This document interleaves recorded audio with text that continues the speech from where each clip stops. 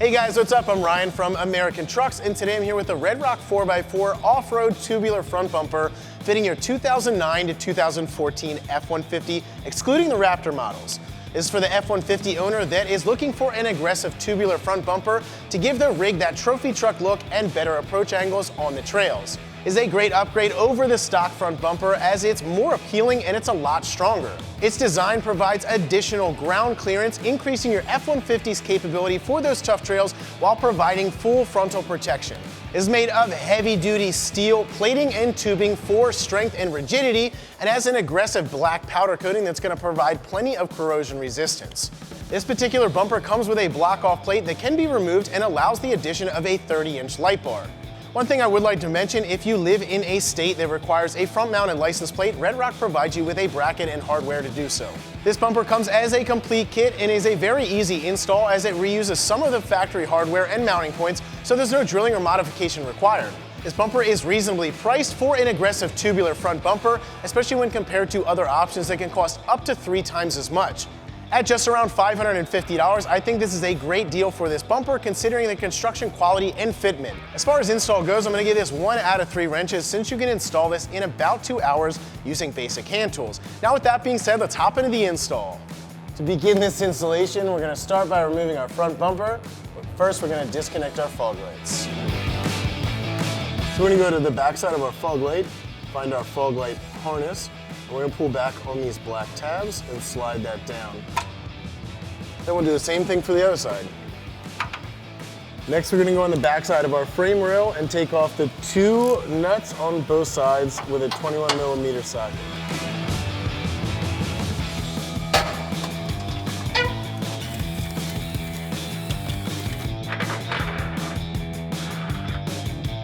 We'll do the same thing on the other frame rail.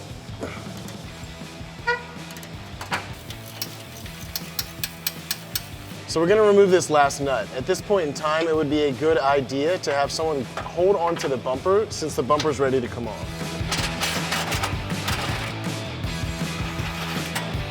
So at this point in time, you're ready to remove your bumper.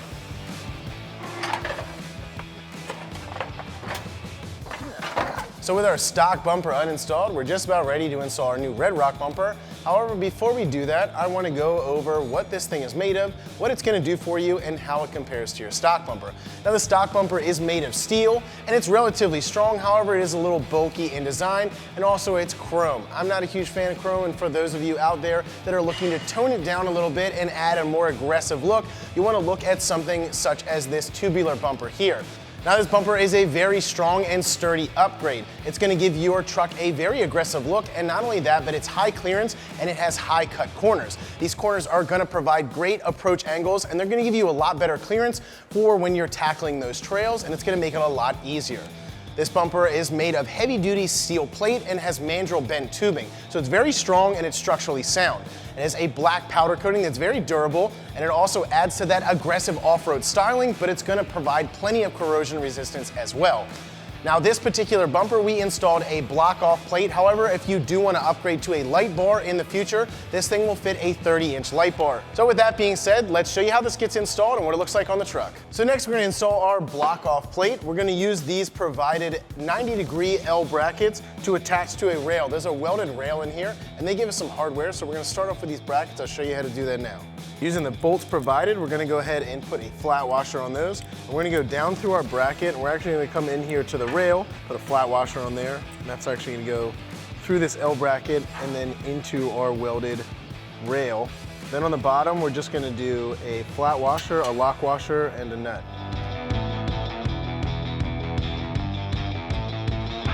All right, and then we'll get our other L bracket installed.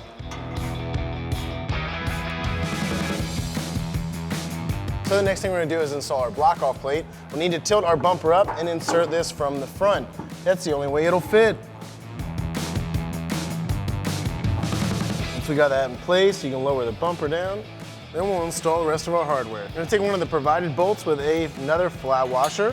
We're going to go through the block-off plate into our bracket, and then we'll do another flat washer, a lock washer, and a nut on the back side. Then we'll do the same thing on the other side of the block-off plate.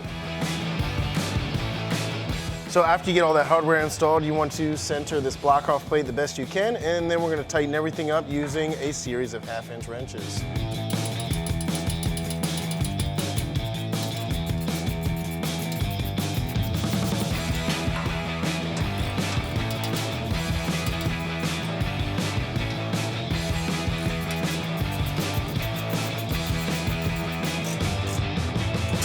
So like I had previously stated, we're going to be reusing the factory bolt plates on our bumper, so you'll need to remove those.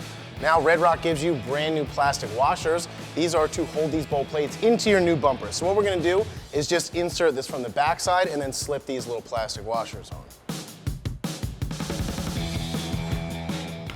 So just place them over top. We're going to press them all the way down so they'll hold those bolt plates nice and tight into our new bumper.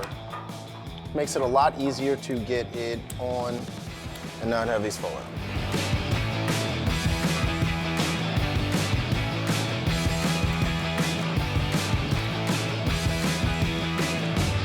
So at this point in time, we're ready to install our bumper, and I'm going to get a friend to lend me a hand.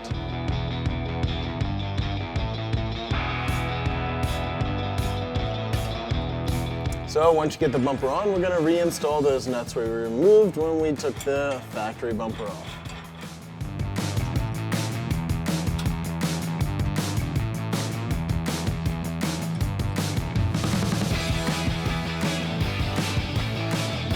So since these holes are slotted, we're going to go ahead and raise the bumper up to sit where we want it, and then we'll tighten everything up using that 21mm socket.